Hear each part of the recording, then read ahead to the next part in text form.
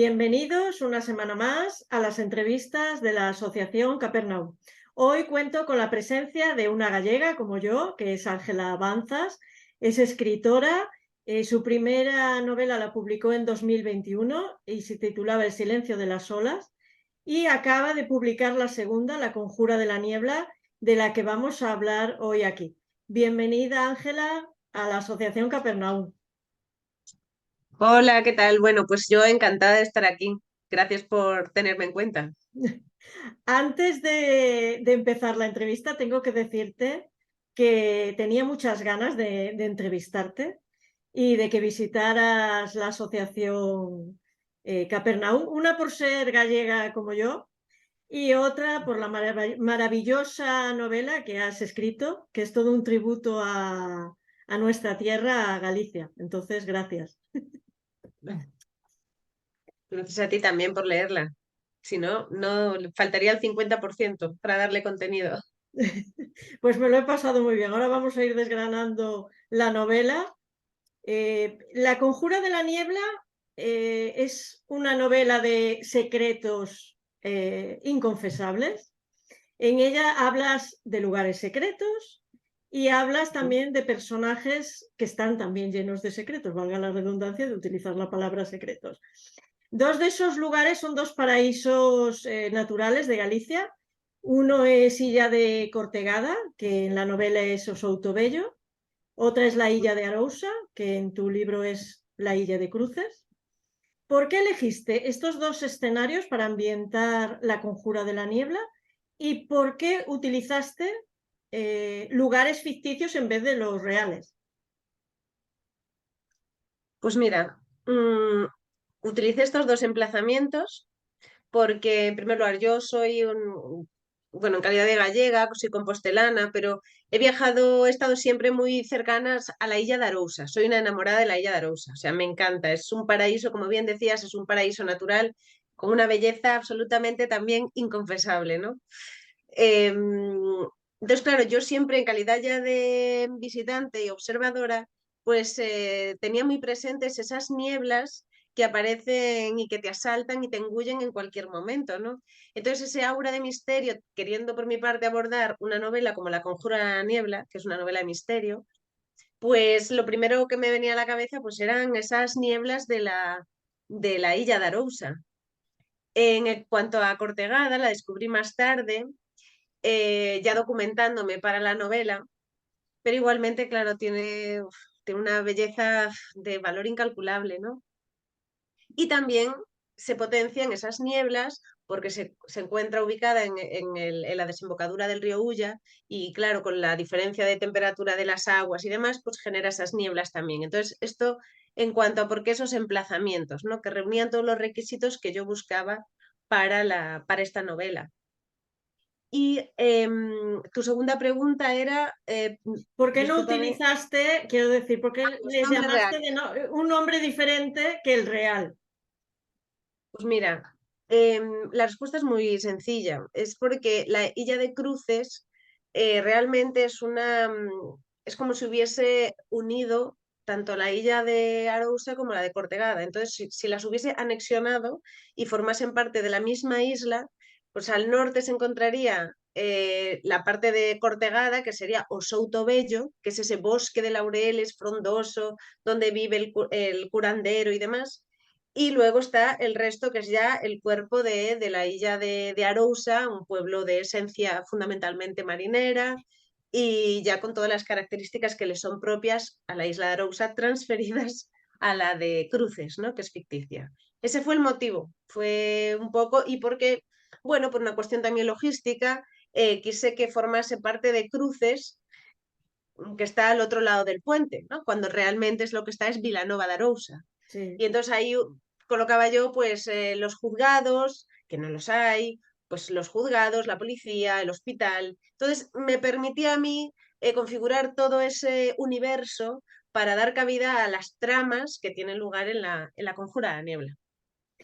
Tú reflejas muy bien la realidad de una Galicia que describió ya muy bien Gonzalo Torrente Ballester, por ejemplo, en los Gozos y las Sombras. Dos mundos que comparten un lugar geográfico, pero que están muy lejos de compartir vida. Lo que dice uno de los personajes en tu novela, estamos en el mismo sitio, pero no en el mismo lugar. Aquí hablas, por un lado, de los dueños de todo, que son los Quiroga y los Vergara, y por otro lado, las mariscadoras y pescadores que tienen esa vida tan difícil para ganar dinero, que es un trabajo muy duro, ¿no? Sí, claro. Es necesario, sobre todo es algo bueno, que quedan, digamos que ciertos vestigios, pero en los años 80, pues hay otra, la fotografía se dibuja distinta, ¿no? Como bien decías, esto sí que lo dice un Quiroga, creo recordar, ¿no? Lo dice Enzo Quiroga, no estamos, estamos en el mismo sitio, pero no ocupamos el mismo lugar, ¿no? Y es muy cierto, porque se marcan esas clases del que trabaja, del trabajador respecto a los que son los dueños, al final, pues un poco de todo. En este caso, pues la gran casa Quiroga, pues son los dueños de la fábrica, son también los que tienen esta parte, ¿no? Un poco más altruista, digamos, que es para dar también una escuela. Son los que tienen los viñedos, son los que tienen, bueno, pues la tierra, son casi dueños de la tierra y del mar, ¿no? En este caso. Y por otro lado, bueno, pues están también los Vergara, que es un poco más de lo mismo, aunque, bueno, pues se tienen, sin desvelar aquí nada, pues también otras conexiones. Al final se establecen ese nexo también entre las distintas esferas de poder, que son público-privadas, digamos, y claro, y en los años 80 pues tienen una repercusión en esa zona muy, muy concreta, ¿no? Por otro lado están pues la gente que quiere salir adelante y en este caso pues las chicas, bueno, y los jóvenes, chicas, chicos, o sea, los jóvenes en aquel momento, ahora todavía, pero mucho menos, pero en aquel momento todavía pues no veía mucha perspectiva de futuro. Entonces es un poco, en este sentido, quizá un poco denuncia social de esas pocas posibilidades que tenían de cara al futuro, ¿no? Para ellos. Hablando de las mariscadoras, voy a parar aquí porque hay dos párrafos que quiero leer de tu libro, dos cosas cortitas, para reflejar lo duro que es el trabajo de una mariscadora. En una dices, sin reaccionar a las olas que poco a poco avanzaban lamiendo con suavidad tobillos, a veces con más ímpetu rodillas, pero también codos, muñecas y manos, aquellas mujeres trabajaban duro, ignorando el dolor y el frío, y demasiadas dolencias tempranas que a quien tiene más miedo al hambre que al mañana, poco le puede importar. Y estamos hablando de las aguas del Atlántico, que los que nos hemos bañado en ellas sabemos lo frías, lo congeladas que están. Claro, y además hay que tener también en cuenta que en invierno, bueno, otoño, invierno, fundamentalmente cuando, claro, la temperatura exterior ya no es la del agua, sino la exterior es más baja, la sensación térmica que tienen, derivado también de la humedad del agua y todo, se incrementa, ¿no? Esta sensación de frío, ¿no? Entonces ellas me contaban que incluso metían las manos en el agua buscando un poquito más de calor. O sea, imaginémonos la sensación térmica que tienen que tener para buscar algo más de calor, para resguardar las manos introduciéndolas en el agua.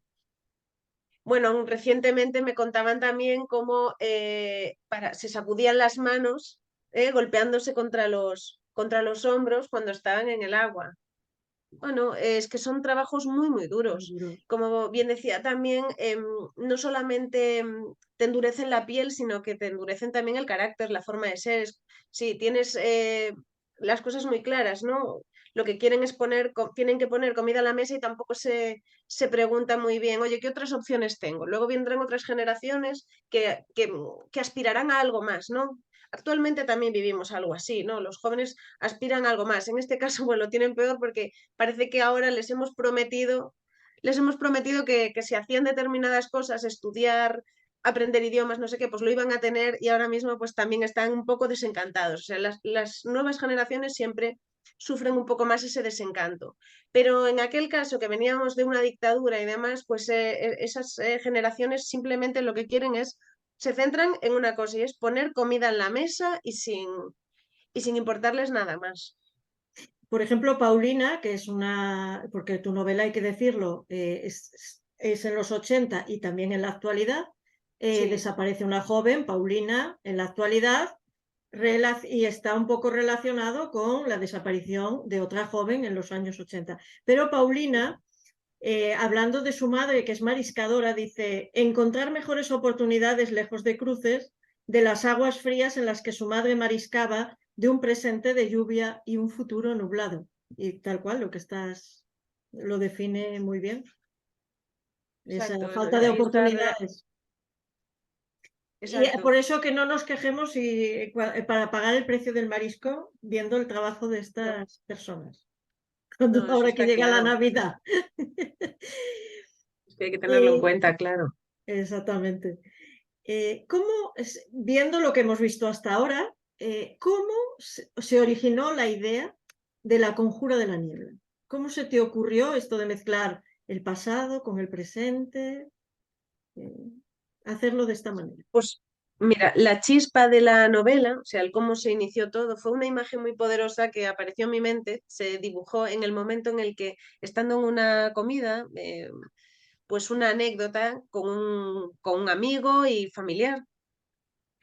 Él pues también es de las Rías Baixas y contaba como cuando era niño, es de mi quinta, como cuando era niño, que eran los años 90, o sea, finales de los 80, principios de los 90, pues para cenar su madre le animaba, entre comillas, diciéndole, bueno, que iba a venir la Santa Compañía por él. Decía, cómetelo todo, que en lugar del coco, pues le decía, va a venir la Santa Compañía y te va a llevar.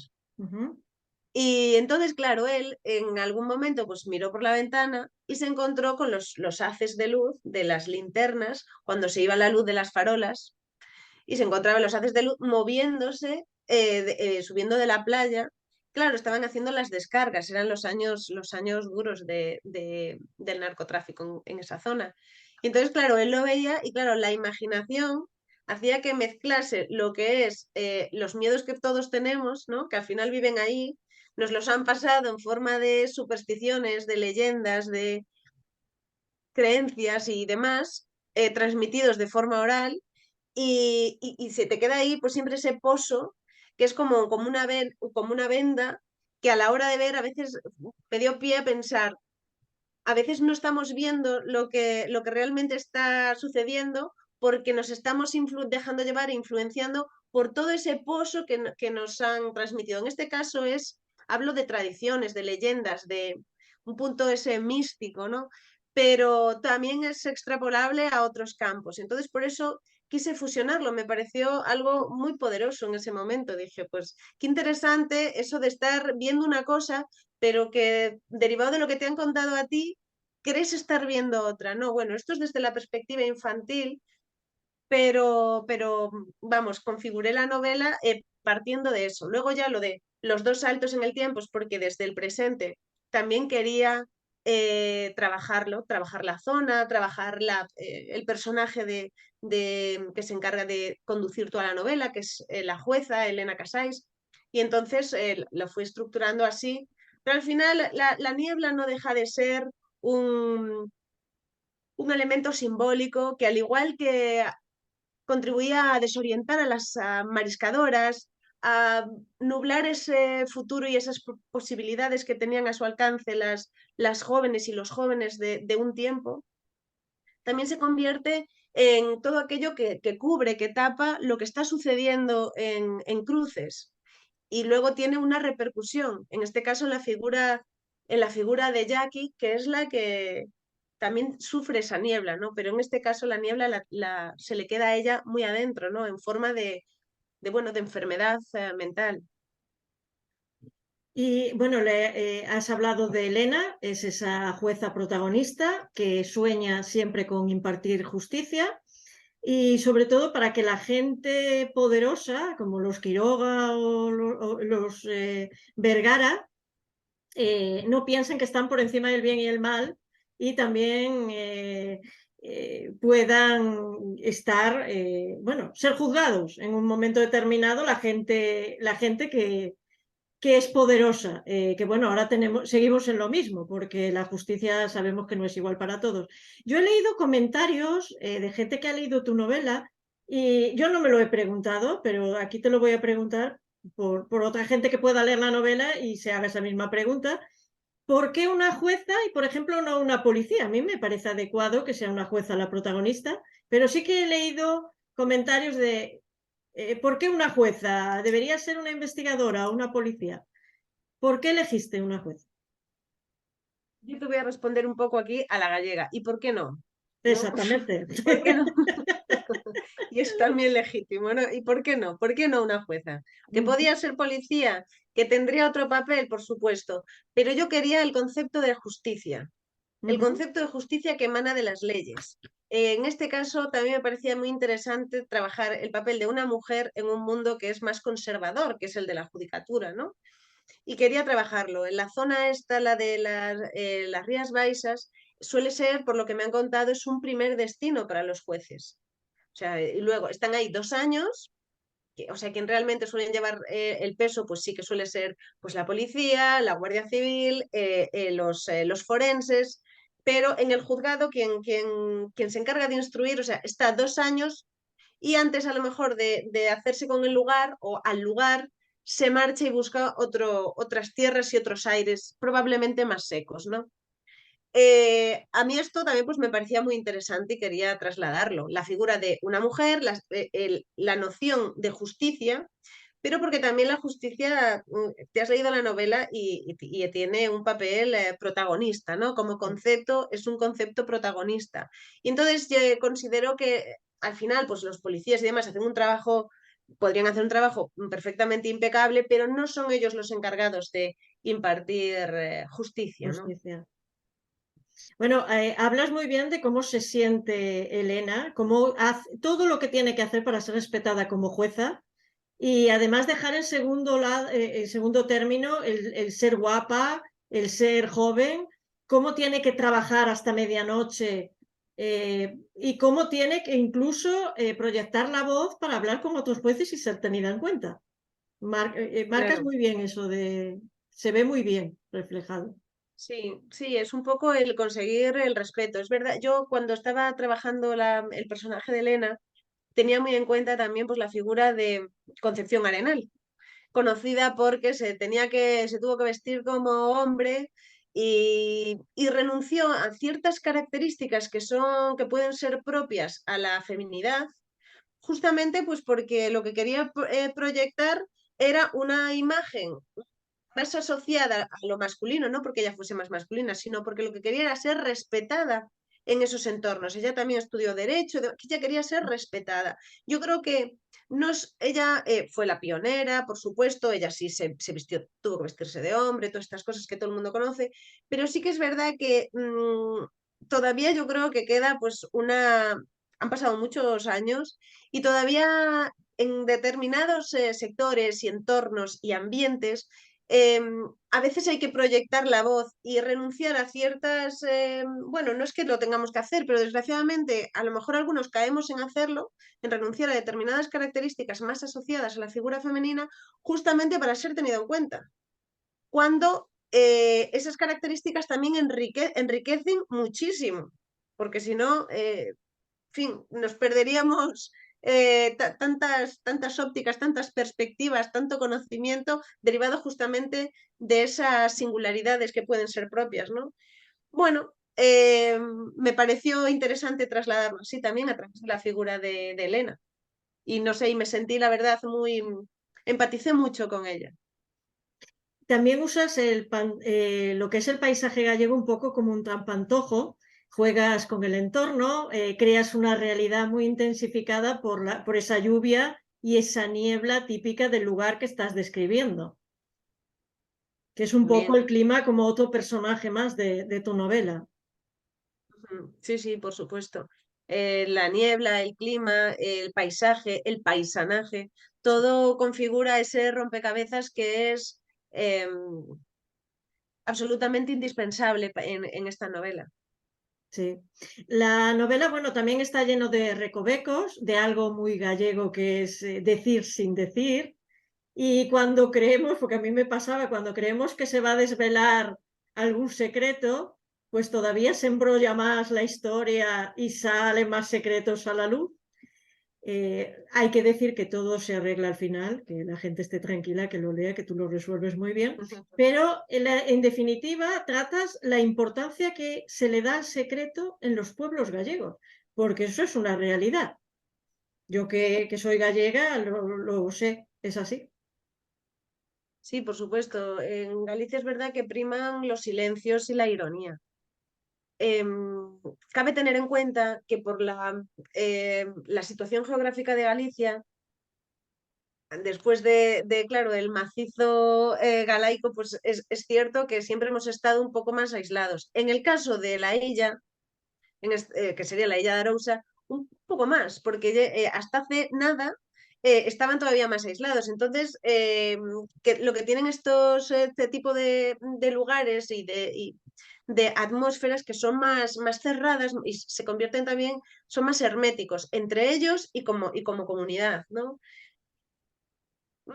Los silencios es que son indispensables y la ironía también. También hay que tener en cuenta, recurriendo a la historia de Galicia, cómo han pasado por ahí distintos pueblos, nos han querido conquistar y nos han conquistado más de una ocasión, hasta llegar incluso pues, la Iglesia Católica, todo, han pasado por ahí y nosotros hemos resistido muy bien con el poder a veces simplemente pues, del diálogo y de la palabra. Y eso ha ido derivando, yo creo, en esta ironía más fina que tenemos, ¿no? La retranca y demás. Claro, para los que somos de allí es algo absolutamente habitual. Pero bueno, como eres gallega, pues lo Sí. sabes. Cosas como mi marido, claro, pues su familia es del País Vasco, pero no es lo mismo, no es Galicia. Y es verdad que cuando está allí y típicas preguntas de ¿aquí se puede aparcar? Pues la respuesta cuando es un poder se puede. Claro, eso Claro, para claro, alguien que no es sí. gallego, poder se puede. O sea, y efectivamente, os estás dando la información, vamos, tal cual es. Lo que pasa es que, claro, todo tiene su interpretación. Pues claro, a veces, pues es cierto, esto Domingo Villar también lo plasmaba fenomenal en sus personajes, ¿no? Como cuando alguien va de fuera y demás llega a Galicia, las dificultades que tiene a veces, que no son idiomáticas, sino que son interpretativas. Mm. Y, y bueno, es muy interesante. La verdad es que disfruto mucho con estos personajes. No, además que nosotros sabemos perfectamente de lo que estamos hablando cuando utilizas la retranca y además está serio, y a mí me pasa aquí, yo vivo en Valencia, y hay Claro, veces que cuentas algo, dices algo y tú estás ironizando y la gente a claro. veces no entiende lo que tienes que decir, bueno, esto es retranca gallega. Exacto, exacto. O el Y contestar con una claro, pregunta también, de mira, voy a tomarme mi tiempo y mientras me va diciendo, mientras me lo explica, yo me lo voy pensando. Y es la forma que sí, o tenemos de... simplemente, sí, también simplemente porque no quieres dar una respuesta. Porque a veces También. es verdad que por educación, a lo mejor yo, por ejemplo, aquí en Madrid descubrí que, claro, que se pueden dar respuestas de sí, de no y de no te quiero decir esto y te lo dicen directamente y Mm. es perfectamente válido y la comunicación, digamos, que sigue siendo es muy fluida. Pero en Galicia y los gallegos tenemos esa forma de ser que para mí, bueno, a mí me encanta, claro, que es justamente el no dar más información de la que quieres dar, pero lo Exacto. haces de una forma, contestas educadamente, pero sin dar la información que no quieres dar. Y yo creo que, en fin, hay que reconocer el mérito y hay algunos que son verdaderos artistas de este tipo de dialéctica, podría llamarse. Yo voy a contar aquí una anécdota de finales de los 80, que era cuando yo fui a la universidad. Yo fui a la Universidad de Veterinaria y estábamos rodeados de campos y había vacas y había un paisano que estaba con las vacas y uno de mis profesores de fisiología animal, que era el decano de la Facultad de Veterinaria en aquel momento, era de Madrid. Y entonces, claro, estaba la hierba muy alta y ve al hombre y le va a preguntar si la va a cortar. Y le contesta el hombre, a ver, claro, nosotros cuando lo contó en clase, porque le llamó la atención, dice, bueno, es que a ver qué, a ver sí o a ver no. Nosotros lo que decías tú lo entendimos perfectamente, lo de a ver, Claro, pero él dijo, ¿esto cómo ¿esto qué continúa, es? no? Ya lo entiendo. Qué bueno. Bueno, hablas de las creencias y de las tradiciones ancestrales que están en el imaginario de todo gallego. Hablas de la cultura de la muerte, de la Santa Compaña. que como dices en el libro de Santa tiene poco, que ya hablaste de ella en tu idea original de esta novela, también de El Purgatorio de las Ánimas, que también se teme. Quiero que lo expliques un poco para la gente que nos está escuchando y no sepa lo que es la Santa Compaña o lo que es un purgatorio de las ánimas, que nos cuentes un poco lo que es. Pues mira, la Santa Compaña, pues en según qué zonas de España, pues también se le llama de otra forma, ¿no? La Estadea y no tiene nada de santa porque es la compañía de muertos. Dice que es una visión, que hay un vivo que va entre ellos, pero no es consciente de que va y que va a buscar a los muertos, que transitan los caminos y sobre todo pues las encrucijadas. Entonces, cuando hay un cruceiro, pues se supone que si te encuentras con la Santa Compaña, pues acércate al cruceiro, toca ese cruceiro o dibuja un círculo en el suelo con un palo, lo que sea, para evitar ser cogido por la Santa Compaña. En el caso de claro, la Santa Compaña luego tiene mil interpretaciones, pero sí, grosso modo sería un poco esto. En Y el bueno, caso de perdón, eso, del sí, de los purgatorio de las ánimas. purgatorios. Claro, en Galicia es verdad que es muy nuestro, ya que somos tan ambiguos, no somos ni del sí ni del no, ni del blanco ni del negro. Y entonces, como no podía ser de otra forma, arrastramos que en esto no han sido capaces, la religión católica no ha sido capaz de erradicar la creencia del purgatorio y ha tenido que incorporarla. Claro, al final el purgatorio no es ni el cielo ni es el infierno. El purgatorio es ese lugar al que se cree que van las ánimas como un limbo el que esperan. Por eso la gente mayor, yo me he criado con lo de échame misas, que se decía, échame misas, Sí, que es pagarle misas a la persona cuando ha fallecido, pagárselas en la iglesia para que él, si se va al purgatorio, donde será, digamos que también es un concepto de justicia, donde está siendo juzgado, pues cuantas más misas tenga es un poco pues para poder salir del purgatorio y cruzar al cielo, ¿no? Digamos que es esa antesala. Claro, la mayoría de la gente mayor pues habla más del purgatorio que de todavía pues que ir al cielo o al infierno. Le tienen más miedo, ¿no? Y el purgatorio pues puede ser un paso para un sitio o para el otro. Pero tiene de todo el sentido del mundo, que además siendo por la forma de ser la filosofía y la gallega, pues que creamos en ese término medio. sí, Y sí. claro, las ánimas pues volvemos a lo mismo, las ánimas del purgatorio, esas almas, almitas en pena, que se Mm. dibujaba, bueno, que se retrataban en los cruceiros, en los distintos tipos de cruceiros que hay, ¿no? Ahí me llamaron mucho la atención los cruceiros de siempre, los cruceiros de Meniños, porque los cruceiros de Meniños es donde enterraban pues a los niños que estaban sin bautismo. Y justamente por eso, porque se creía que, claro, ellos no podían ir al cielo, entonces tampoco podían enterrarse pues en el Camposanto. Entonces, y bueno, y a veces era gente que no tenía recursos, no tenían, pues claro, pues no eran propietarios de tierra, de nicho, de nada, pues donde poder, de una sepultura donde poder enterrar a los suyos. Y entonces los metían debajo de los cruceiros. Entonces, en el caso de los cruceiros de meniños o cruceiros de angelitos, que también se llaman, de ansiños, pues todavía pues hay bueno, hay muchos sitios en donde te encuentras estos cruceiros y la gente del lugar te cuenta cómo debajo pues están enterrados pues o niños que nacieron y murieron o que nacieron muertos o lo que sea y los enterraban ahí. O sea, entonces también eso contribuye a alimentar las creencias de la compañía, porque la compañía está muy ligada también a los cruceiros. Entonces, imaginas pues esas almitas y pasando la compañía, ¿no? Una comparsa de muertos, pues todo se va nutriendo. Y además, bueno, y Galicia que está llena de cruceros, la importancia que tienen. Totalmente. Y lo de la Es algo Santa que se comparte, claro, con la Bretaña francesa y demás. Como bien decía Castelao, que él se encargó bueno, de dibujar y de recoger todos los cruceiros que había por Galicia y también de hablar de los que había fuera de Galicia, ¿no? Un poco compartiendo la cultura celta.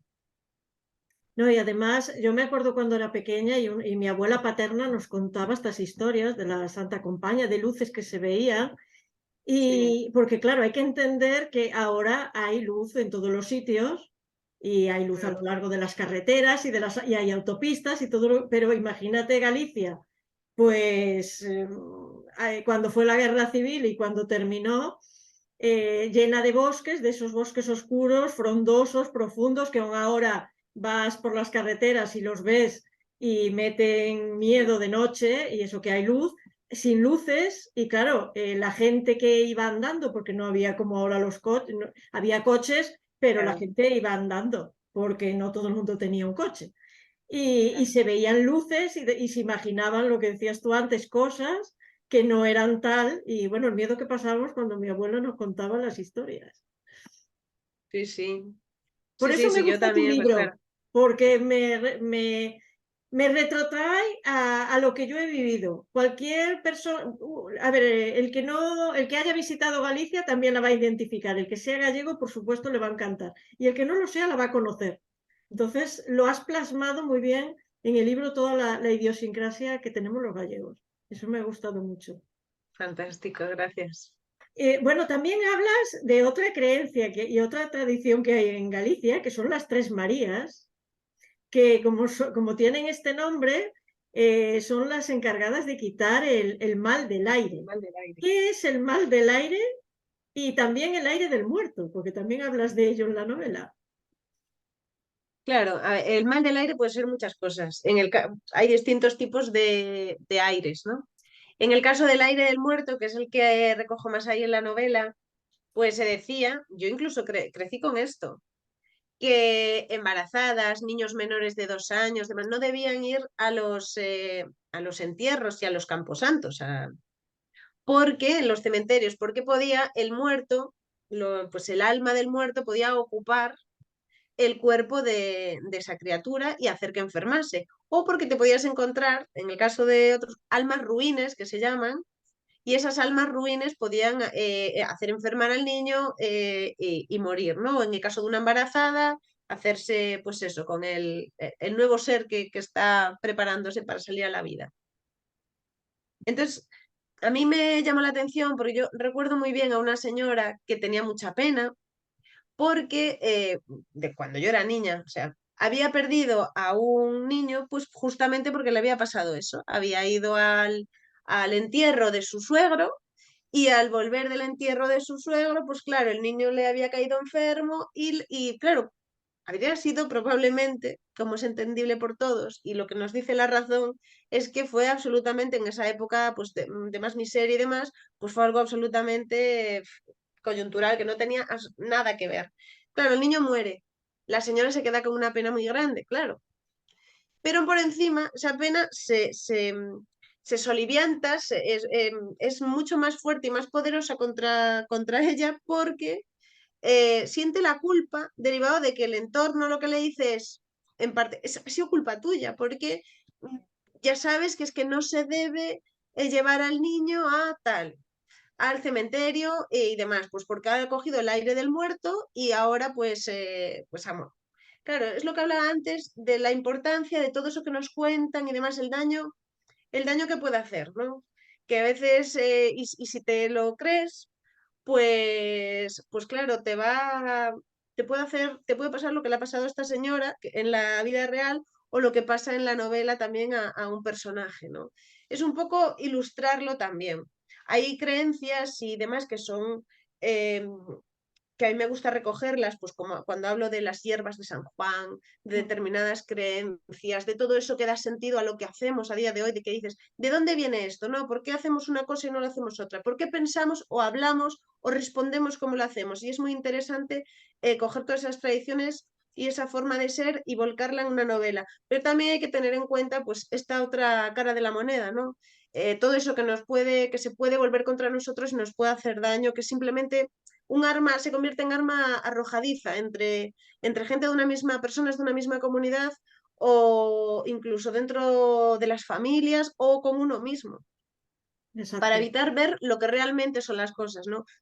Ahí, claro, influye mucho también, pues, ignorancia de otras, en fin, otro tipo de conocimientos, ¿no? Más reglados y es un poco así.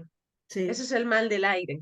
Y es verdad que como se quitaba, se sigue quitando, porque me consta que se sigue quitando, pues eran las tres Marías con que lo que hacían era, bueno, quemar el laurel y pasarlo. Hay quien lo hace con otras plantas. En el caso del laurel, de siempre al laurel se le otorgan, pues, propiedades mágicas, ¿no? Dicen que incluso algunos, pues una vez que se quema, pues que si estás respirando, inhalando mucho el humo que desprende el laurel, que puedes incluso tener alucinaciones. No lo sé, no lo he probado. Pero hay quien dice incluso que podría ser así. Y que tiene, pues, es otro tipo de propiedades mágicas, ¿no?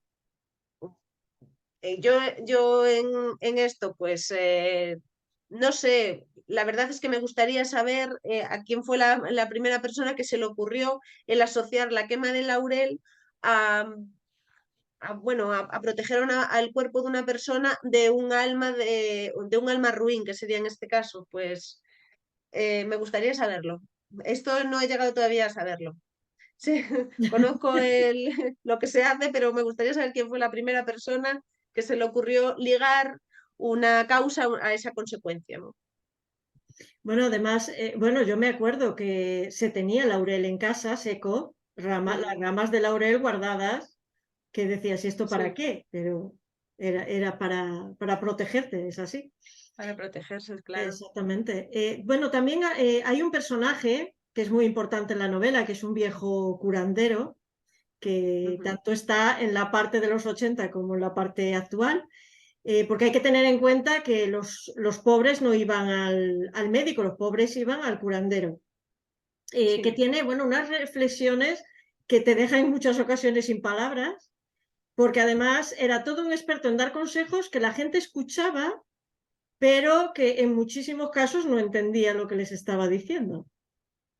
sí, es cierto, contestaban los curanderos pues con acertijos vitales.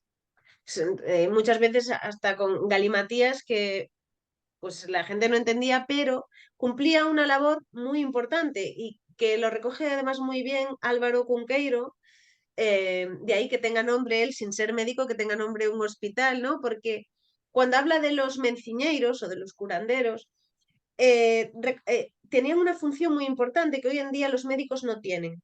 Los médicos están más formados, muchísimo más, que de hecho están formados, que partiendo de eso, ¿no? Los otros es un conocimiento no reglado. Eh, pero no pueden permitirse, y menos a día de hoy, el dedicar tiempo a escuchar. Porque a veces, claro, hay males que vienen de dentro para afuera y hay otros males que vienen de fuera para adentro. Y a veces, simplemente escuchando a una persona, esa persona curaba y dándole un consejo sobre su vida, diciéndole simplemente, sal de tu casa y si vives con tus, imaginemos que antes se vivían varios núcleos familiares dentro de una misma casa. Y sal de tu casa, que a lo mejor el problema que tenía la persona en cuestión era estaba enfermando, pero porque se llevaba mal con los suegros. Mira, los Mira, gatitos. ahí está Entonces, Gana, ya te decía yo antes de empezar. y entonces el consejo es, coge tu familia, coge a tu mujer, coge a tus hijos, sal de esa casa y vete a otra casa, que aunque sea más pequeña, lo que sea y tal. Y eran consejos más vitales. Era un consejero. Escuchaba y la persona, pues en este caso, como se ve en la novela, a quien está padeciendo una terrible ausencia, que es en este caso a un desaparecido, porque yo creo que debe ser de las peores angustias que hay, que te desaparezca un hijo que no sepas dónde está, si está vivo, si está muerto. Entonces, ¿qué papel cumple el curandero ahí? Es escuchar. Le da unas hierbas para que le calmen los nervios y demás, pero es escuchar. Entonces, como dice un poco a través de la voz de Melissa en su diario, que ella, sin entender muy bien qué es lo que hace ese hombre, porque hacer no hace nada como tal, y dice, esas mujeres parece que salen de allí aliviadas. Claro, no cura. O sea, el curandero, valga la redundancia, no cura. No. Lo que hace es que escucha y alivia. Pero claro, curar como tal no cura. Aún así, es verdad que está la figura de la componedora, que es una figura también curiosa, pues que sería a día de hoy pues un fisioterapeuta o un osteópata. Y en aquel entonces, yo recuerdo la componedora y a algunos a los que se le tenía especial devoción. Era una señora que tendría una octogenaria y manipulaba los huesos y parece ser que los colocaba. Y en el caso de los curanderos, no son adivinos ni nada por el estilo, ni tampoco son brujos, no, son personas que cumplían la función. Además, ellos, habrá de todo, ¿eh? Pero yo, por ejemplo, que sí que cuando ya me estaba documentando, fui a uno muy concreto que es muy parecido a Amaro, que por respeto a él, por supuesto, nunca diré quién es y tal. Esta persona es que era tal cual. Yo cuando la primera vez que fui a verle, claro, vive en una aldea perdida, es un hombre que es bueno, un pequeño ganadero y me recibió pues con su jersey así roído de lana, que venía pues con sus manos nudosas. Y recuerdo que cuando le llamé porque dije, mire, aquí es que no hay cobertura, o sea, voy con el coche, o sea, el GPS, yo no encuentro, no sé dónde estoy. Y me dice el señor, me dice, ¿ves? Bueno, en este caso me lo decían gallo, pero ¿ves un murete de piedra que está enfrente, al lado de tal? Y yo le dije, ah, pues sí, sí, lo veo. Dice, pues él solo no cae.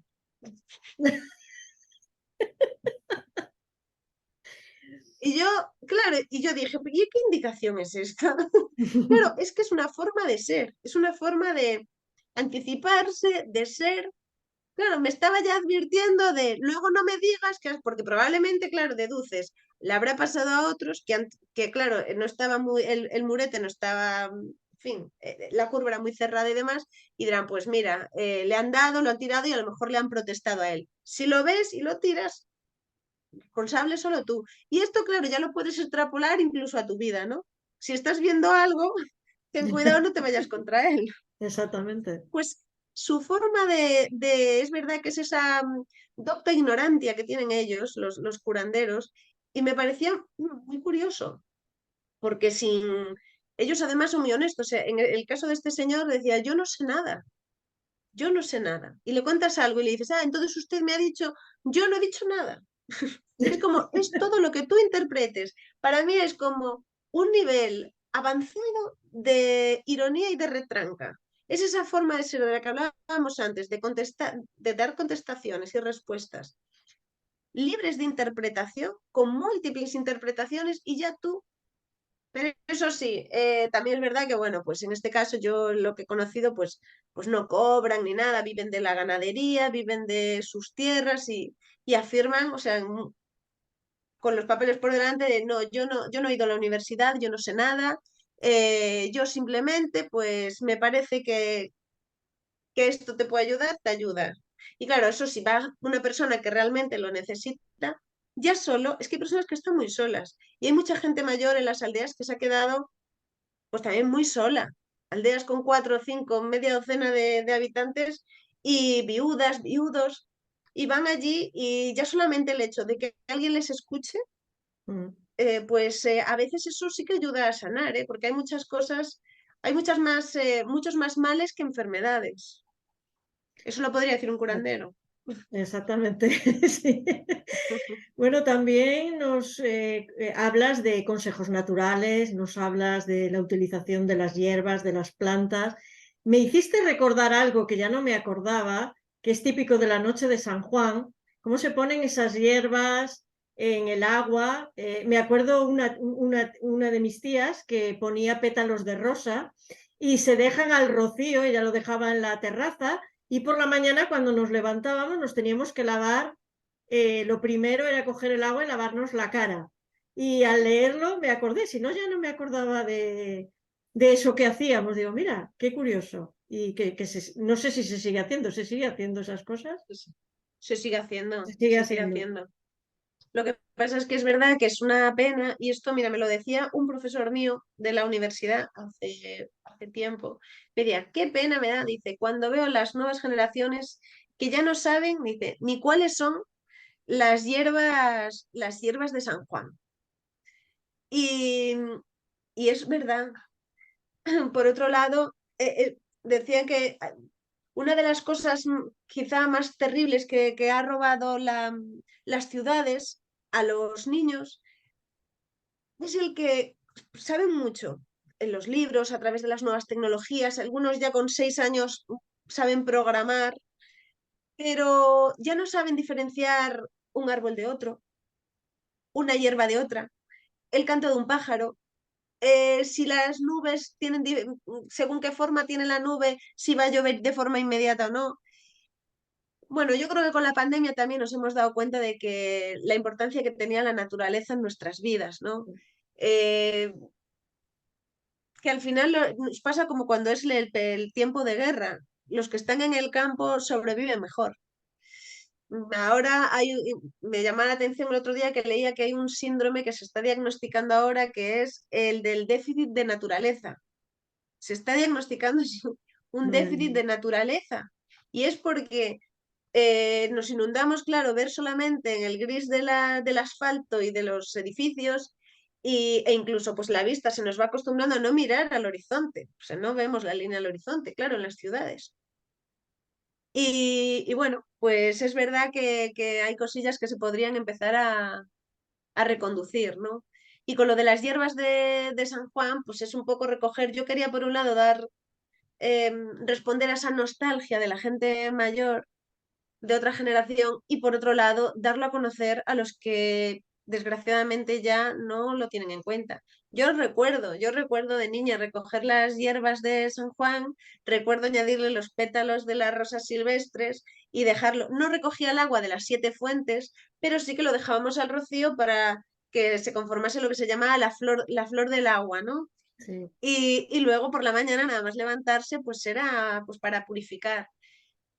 Bueno, pues si simplemente a través de este libro pues llega gente joven y lo tiene en cuenta, o como te ha pasado a ti, o me podría pasar a mí si lo hubiese leído, que me retrotrae un poco a esos tiempos pasados, que no es que sean mejores, simplemente pues tiene un conocimiento que yo no digo es que el pasado es mejor y el futuro es peor, o todo lo que sean novedades va a ser mejor. No, pero lo del pasado tampoco es peor. Yo creo que hay que sumarlo y hay que incorporarlo, ir dejando lo que nos es útil y hacer a un lado aquello que ya no nos es útil, ¿no? Pero creo que hay que incorporarlo, no denostar simplemente algunos conocimientos o creencias o tradiciones que yo creo que enriquecen y simplemente por el hecho de que sean, entre comillas, de viejo, dejarlos a un lado y apartarlos. Yo creo que también sabiendo, echando la mirada atrás, podemos comparar.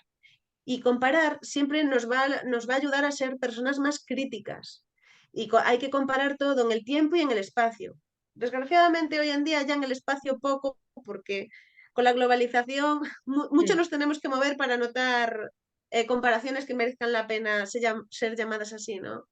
Pero nos queda el tiempo. Podemos seguir mirando hacia atrás para valorar nuestro presente y nuestro futuro. No sé, es una forma de verlo. Yo además lo que me da mucha pena, a ver, por ejemplo, en mi época cuando yo era pequeña no había móviles, no había tablets, no había nuevas tecnologías y tú te sentabas con tus abuelos y con otras personas mayores que contaban estas historias, que si no se pierden. Es que ahora, y mira, yo soy una fan de las nuevas tecnologías, es que es así, pero Sí, también reconozco que, por ejemplo, si no hay alguien como tú o otros escritores o que nos cuentan esas historias, se van a perder claro. porque no quedan, no ves a los niños ahora de sentarse, porque no había otra cosa que hacer y entonces nos sentábamos y lo pasábamos muy, muy bien. Porque ríete tú de ciertas películas de miedo, de cosas que nos contaban, historias que habían ocurrido en verdad, que vamos, ni Hollywood, ni Hollywood. Y que ahora eso, los niños ahora se lo pierden, es muy triste. Yo lo veo muy triste. A mí me da muchísima pena, me pasa como a ti, porque hay niños que es verdad que solamente pues están los domingos con sus abuelos o los van a visitar cuando están en las residencias, los van a visitar pues una vez al mes y, y es cierto que aun el momento en el que están con ellos, que lo podrían aprovechar para estar, hoy en día como somos incapaces de mantener cierta calma y en la cabeza, necesitamos rápidamente una pantalla. Y los niños, a mí eso es algo que yo soy madre y me preocupa, es que, no son capaces de estar, de aburrirse. De decir, voy a escuchar, porque para escuchar tienes que aprender a aburrirte, porque entonces valoras lo que te están contando, porque partes del aburrimiento, ¿no? Partes del Sí. silencio en tu cabeza. Tienes que tener silencio para poder escuchar después. Y claro, vivimos en un momento en el que, bueno, yo tengo entendido, yo no lo utilizo ni sé, pero que incluso en el WhatsApp que puedes darle a que las conversaciones o los audios que te mandan, o tal, que acelerarles el ritmo, Ay, sí, sí, sí. duplicar la velocidad. Yo no lo he hecho ni sé cómo se hace, no es algo que me interese, porque digo, me parece un poco el colmo, ¿no? De ahí también la importancia de entretener, ¿no? De que la gente siga yendo a los libros y demás, porque ya con tanto contenido audiovisual como hay, cada vez es más complicado que alguien se centre en una lectura y demás, porque lo queremos todo muy rápido, ¿no? Queremos engullir, queremos devorar. Y, y con todo lo que nos estamos perdiendo, insisto, de generaciones anteriores. Yo era muy en ese sentido como tú, me gustaba y me sigue gustando escuchar lo que tiene que contar esas generaciones. ¿Por qué? Porque también hay mucho conocimiento que no recogen los libros. Hay conocimiento que no está en los libros, hay perspectivas y sensaciones vitales que tú nunca jamás, por una cuestión racional, vas a encontrar en un libro. Lo que sentía fulanita de tal que se dedicaba a tal cosa y que tuvo una vida con determinadas características y que te lo está contando pues el día que le sucedió algo, eso es algo que se va a perder. Si tú no lo estás escuchando y a lo mejor esa persona pues es tu abuelo o es tu tío abuelo o quien sea, y es una pena que se pierda porque podemos aprender mucho, nos deberíamos nutrirnos de todo eso, ¿no? Y efectivamente seguir mirando hacia adelante, incorporar las nuevas tecnologías, pero también siendo, insisto, críticos, ¿no? Dosificando todo. Exacto. Bueno, hay dos situaciones que tú cuentas en el libro que yo también he vivido y no recordaba. Una de ellas es lo de levantar la paletilla, que yo me acuerdo, mi madre se lo decía a mi padre, levántame la paletilla. Ya no lo he volvido a escuchar hasta que he leído tu libro. Y otro, los pañuelos que comprábamos, que creo que todos lo hemos regalado a las madres, a las tías, a las abuelas, esos pañuelos que se vendían en las mercerías, que eran tan bonitos que venían en cajas. Y yo ya no, y mira Sí, que los he regalado, ya no me acordaba tampoco, me he hecho ilusión. Bueno, cuando leí lo de la paletilla llamé a mi madre, ¿eh? Digo, mamá, ¿tú te sí. acordabas que le decías a papá esto? Bueno, mi padre murió, pero ya no me acordaba yo de este detalle. Digo, y de los pañuelos que te comprábamos, que venían en una cajita. Sí, sí, tal cual, tal cual. Eso lo Sí, tengo yo también presente.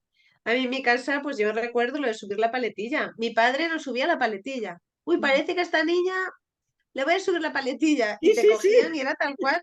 Y sí, decías, bueno, ¿a que estás mejor? Que al final esto te lo hace un osteópata, ¿eh? Que sí, te sí. recoloca los huesos. Nosotros lo teníamos en casa. Sí. Bueno, otro de los temas que está muy presente en la Conjura de la Niebla es el tema de las pandillas y del narcotráfico, que castigó muy duramente a Galicia en los años 80, que tuvo precisamente su epicentro en la Ría de Arousa, donde se concentraba el mayor número de capos y todas sus bandas, que eran los que controlaban toda la droga que entraba en ese momento en España. Sí. Sí, sí, tal cual. Fue, vamos, fue una época muy dura y yo creo que todos tenemos un poco, incluso fuera de Galicia, esas imágenes grabadas a fuego de las madres también a las puertas de, en este caso, determinados pazos que Sí, pertenecían a los grandes narcos y diciéndoles, pidiéndoles que dejasen ya de matar a sus hijos. Porque claro, ahí la tolerancia y el silencio imperaba mientras se trataba de tabaco, pero claro, cuando ya dieron el salto a otras cosas y ya afectaba, porque esto es como todo, el silencio es, pero está determinado, punto, ¿no? Llega un momento en el que tienes que gritar y ahí pasó. Y es verdad que tenía muchos tentáculos, por eso los jóvenes pues decían, pues vamos a ver, ¿para qué me voy a molestar en estudiar o buscar otro tipo de salida? Y si puedo conseguir dinero fácilmente, pues haciendo esto, metiéndome en las redes del narcotráfico, ayudando con una descarga y demás cantidades. Entonces sí que todavía, pues en esa época muchos chavales pues acababan pues en prisión y demás. Y bueno, hoy en día sigue habiendo narcotraficantes, como en todas partes, supongo, y sí. ya no es como era en los años 80. Pero bueno, supongo que como las meigas y la Santa Compañía, a ver, los haylos. Exacto. Bueno, yo recuerdo, yo he veraneado en Portonovo, por ejemplo, y me acuerdo, estábamos cerquita de la playa, muy cerquita, y se oían llegar las lanchas todas las noches a la playa, porque estábamos justo al lado de la playa, era un bungalow, que era era el bungalow, el Pinar y la playa, y al lado de Porto Novo, y llegaba todas las noches, escuchabas las lanchas. Yo iba a veranear con los padres de una amiga, iba una semana con ellos, y lo oíamos todas las noches. Yo al principio decía, ¿qué es eso? Y claro, te lo dicen, mira, eso es más, en el bungalow de al lado había, pues claro, en aquellas épocas, una moto de estas maravillosas y tenía también moto de agua y era un hombre guapísimo y tenía un pie, había alquilado porque le estaban reconstruyendo el Pazo porque se había roto un pie, entonces vivía mientras en el bungalow. Entonces nos llevaban la moto de agua, nos dejaba estar en la... Bueno, yo tengo fotos al lado de esa moto grande y maravillosa. Y cuál nuestra sorpresa cuando llegamos en septiembre y sale la revista Interview hablando de los narcos y en la foto central era el Pazo. Este hombre era un narcotraficante y estaba reconstruyendo el Pazo porque era, y digo, mira, estuvimos, pero estamos hablando, yo tendría unos 16 años o 17, algo así, y lo tuvimos viviendo, digo, mira, ¿quién era? Increíble. Además, un hombre guapísimo, ¿eh? De estos que dices, que te llama la atención, pero era uno de los narcos. Fíjate, qué Eh, anécdota. sí, sí, sí, Interesante. sí, sí, sí. Digo, mira, leyéndolo también me acordé, digo, mira, Claro. bueno, en el tema que tratas de los jóvenes también haces como una crítica un poco a los mayores, porque a veces los jóvenes se comportan de cierta manera, porque tampoco entienden las maneras que tenemos los adultos. Y para muestra te voy a leer dos partes que tú escribiste. Una es Melissa, la primera desaparecida en los 80, que dice, quizás al final me rinda y acabe siendo lo que me dijo, refiriéndose a lo que le dijo su madre, haciendo lo que nunca había pensado hacer. Y en otra parte se dice, pero se supone que son los mayores quienes saben lo que es bueno para nosotros, por eso no discutimos lo que nos dicen ni tampoco lo que nos hacen. Esto creo que era Jackie, esta última. Y entonces es curioso porque es verdad. Es que es así. En el fondo es criticar un poco la teoría del etiquetaje, ¿no? Este etiquetaje gratuito que en este caso ya no viene solo viene pues por parte, en este caso, pues de los padres, pero también de la gente adulta que tienen alrededor, ¿no? Los que tendrían que conformarse en referentes, convertirse en referentes para estas personas, en modelos de conducta e instruirles y ser simplemente guías para ellos, ¿no? Yo creo que la adolescencia es la peor etapa de la vida con diferencia. Bueno, tengo 40 años, o sea, todavía me queda vida por delante para saber cuál puede ser más complicada. Hasta donde estoy, considero que lo más complicado es esa etapa, porque en parte ahora ya se sabe y hoy en día pues también los padres en este lado del mundo también nos documentamos más, sabemos más, intentamos al menos, que esto ya es bastante, pues saber que hasta los 25 años de más, o sea, el cómo está conformado el cerebro del adolescente, sus, el cómo piensan, la tormenta emocional que viven constantemente, su necesidad de reafirmación, todas estas cosas. Estamos hablando que en el caso de estas chicas, claro, digamos que nunca mejor dicho se suma al hambre las ganas de comer, ¿no? Viven en sus casas, son familias humildes, no se les puede pedir más, los padres hacen todo lo que pueden por sacarlas adelante, pero sacarlas adelante solamente en el plano, pues bueno, más de que no les falte la comida, que no pasen frío, ¿no? Pues como contaba, sacar la vela incluso del barco para taparlas de noche, todas estas cosas. Pero, pero claro, la parte más de acompañamiento, o sea, estas chicas, o sea, tienen estas dificultades de nacimiento, de su punto de partida, y luego se le van sumando otros problemas, porque parece que son más, en este sentido, pues carne de cañón, ¿no? Son más proclives a ser víctimas de los que tienen más poder, o en este caso de tentáculos como los que mencionabas, de pandillas, caer en malos pasos, que se diría ahora, ¿no? Y esto pasa un poco con ellas. claro, los adultos efectivamente, alrededor, si tú en el momento, y esto yo creo que es una realidad que nos pasa también de mayores, pero de niños es que nos marca mucho y en la adolescencia yo creo que incluso un poco más, que si te le pones ya la etiqueta, en este caso le pasa a Melissa, le dices, tú ya eres así y vas a hacer esto, ella a lo mejor ni se le había ocurrido. Pero en ese momento de ser incapaz de a lo mejor de controlar la verborrea, no sé, tampoco es que se pueda culpabilizar a la madre, pero es la perspectiva de la niña. Yo a través del diario lo que quería, o a través de las palabras de ella, de la joven Jackie, lo que quería era también poner encima de la mesa lo que ellos, intuyo, tienen que sentir, ¿no? Cuando le están les están acusando de algo que todavía no han hecho y lo acaban haciendo, cuando les están diciendo, porque no se molestan primero en escuchar la versión de la cría cuando le pasa todo lo que le pasa, ¿no? Tiene ahí ese punto de inflexión vital y no se molesta en escucharlo, es simplemente con el ansia de querer avanzar en el día a día, devorados por esa rutina, los padres no pueden aportarles nada más, no pueden ejercer el papel que naturalmente deberían en esa etapa vital de ellas, que es el de ejercer de guías y evitando pues eso, etiquetas y demás, ¿no? Culpabilizándolas simplemente de todo. Es complicado porque tienen un papel muy delicado los padres, tienen un papel muy delicado las hijas en este caso, y yo lo que quería era trasladar, porque yo creo que todos entendemos mejor a los padres, ¿no? Esto está dirigido más a un público adulto, entonces a los padres empatizamos más. Quería centrarme en la figura de Melissa y de Jackie para darles voz a lo que intuyo si pueden sentir ellas en calidad de adolescentes.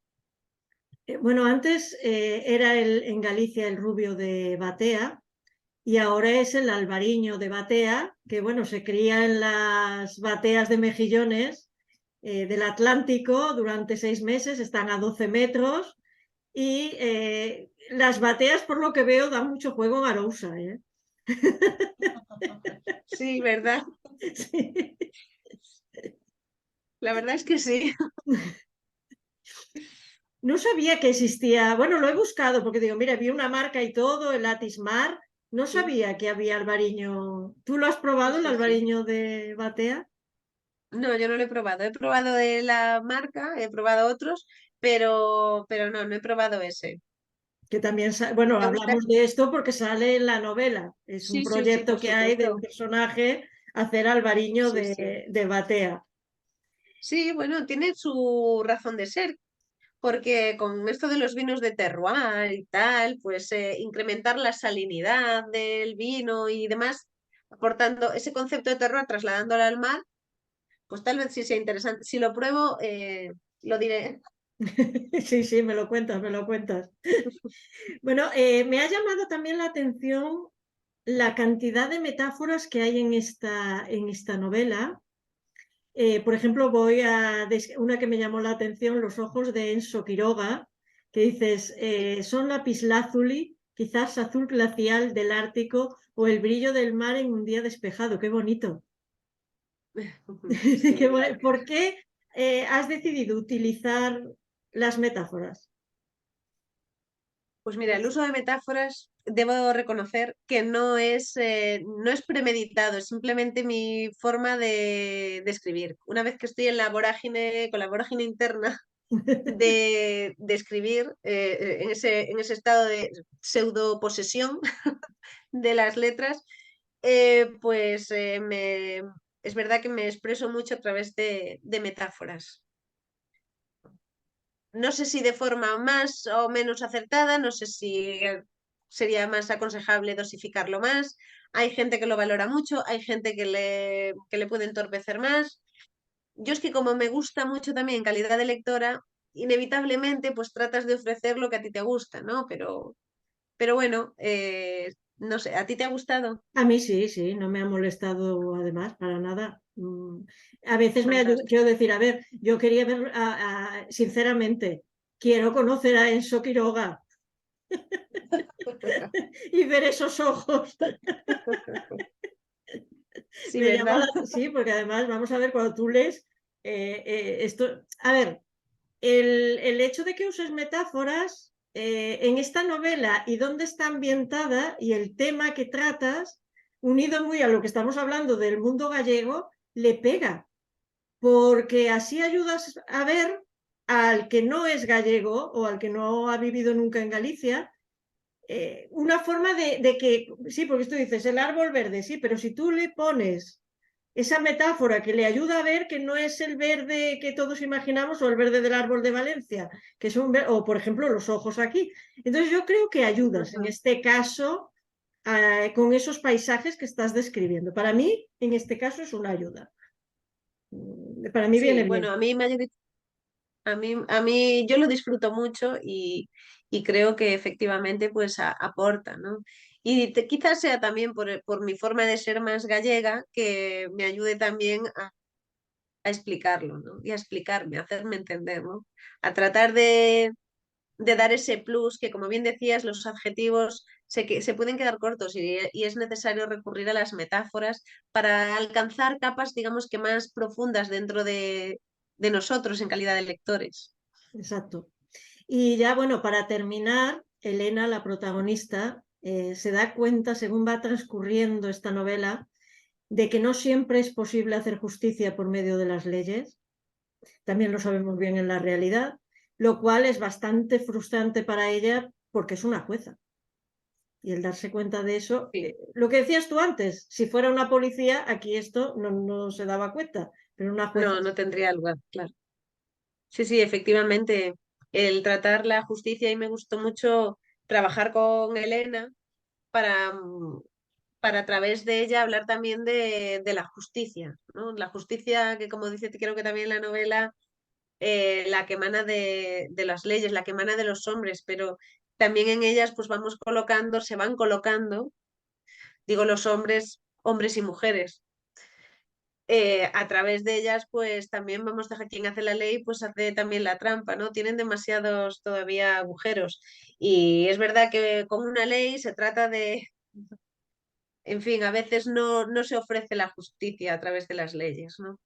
De ahí que sea necesario recurrir, pues, a veces a otras metodologías, como pasa esto en la ficción.